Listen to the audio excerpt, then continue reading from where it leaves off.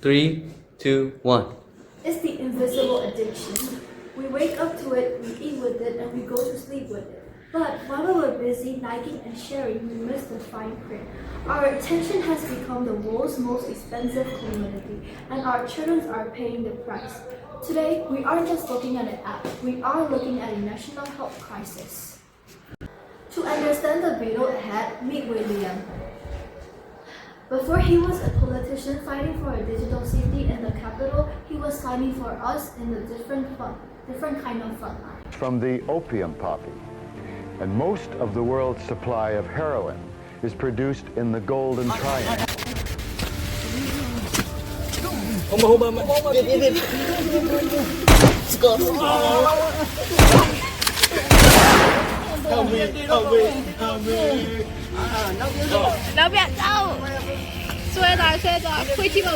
But even if the Thai and Burmese governments wanted to shut Kundra down completely, they'd have a tough time.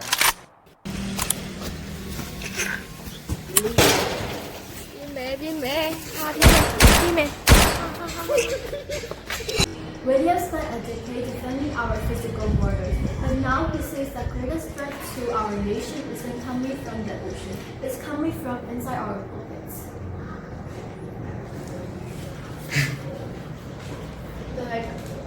You have seen the toughest environment of art. Why is a smartphone making a difference? Well, in the military, you can see your enemy. But in the digital world, the enemy is the algorithm that's designed to keep children hooked on for 6 hours a day. I once fought for my country's freedom, but now our kids are losing their freedom to choose a life outside of the digital world. That's why we need laws instead of just parental advice.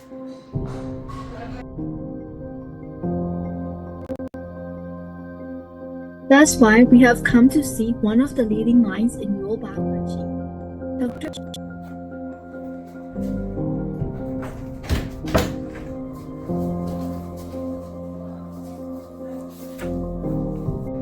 Dr. Cherry spent years studying how the brain heals, but her latest discovery wasn't about a cure, it was about a cause. Cherry, you have spent years in the lab looking at the data. Usually scientists find trends, but you're calling this a discovery. What exactly did you find? Hazel, William, the discovery was simple but terrifying. We have been monitoring brain scans of heavily social media users, and we found that the dopamine loops in these apps are actually structurally changing the adolescent prefrontal cortex. This is the part of the brain responsible for the impulse control and focus. Think about that. The part of the brain that tells kids stop is being rewired to say more. Exactly. Every switch is like the tiny hair of a giraffe. We are essentially performing a massive chemistry experiment on an entire generation, and we're doing it without their consent. Yeah, and as a politician, I am seeing the lab results out in the real world every day. It's a paradox, Hazel, and we have a world that is more connected than ever, yet we're seeing records-breaking rates of loneliness, especially amongst our veterans, kids, and young students. William, you have dealt with high-skate strategy. Do you think that these apps are especially designed to do this? Absolutely.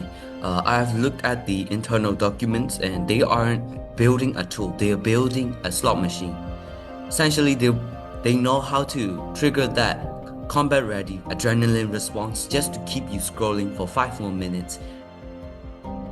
That's the perfect analogy, William. I often tell my patients that social media is a digital snack.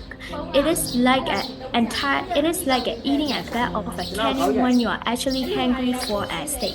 It gives you a quick rush of connection, but it leaves your soul starving for the real thing: eye contact, a handshake, and the real conversation. Starving for the real thing? That's a heavy thought. And the scariest part, When you try to take the snack away, the brain goes into a full withdrawal state. That's why parents see those explosive tantrums when they ask for the phone at the dinner. It is not just bad behavior, it is a biological reaction. Which is why we can't just leave it to the parents. You wouldn't ask a parent to fight a pharmaceutical company alone. Why are we asking them to fight billion-dollar algorithms alone? We need real policy change.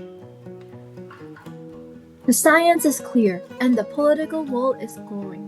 But the question remains, how do we get our kids back?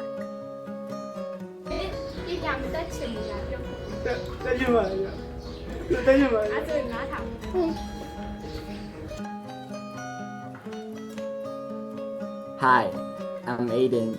I'm a student and my question is for William and Cherry.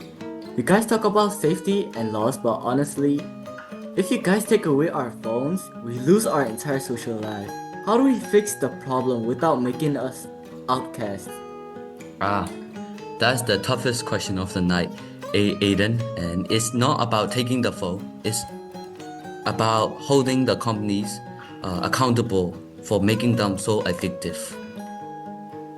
And it is about building tech-free zones. We need to reclaim the dinner table and the bedroom as sacred spaces. I totally agree.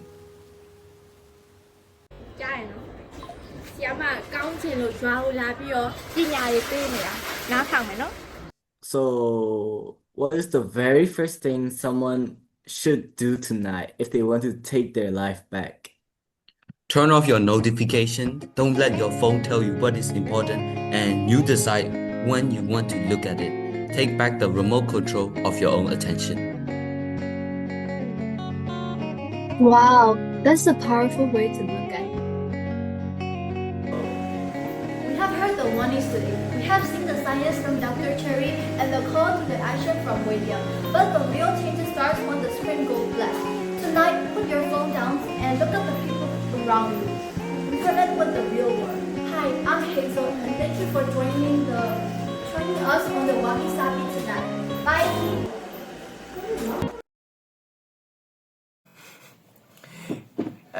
Hey, thanks for watching and don't miss the Wabi-Sabi every weekday at 9 p.m. Myanmar time to watch head to www.wabishabitalkshow.com or you can click a link right here.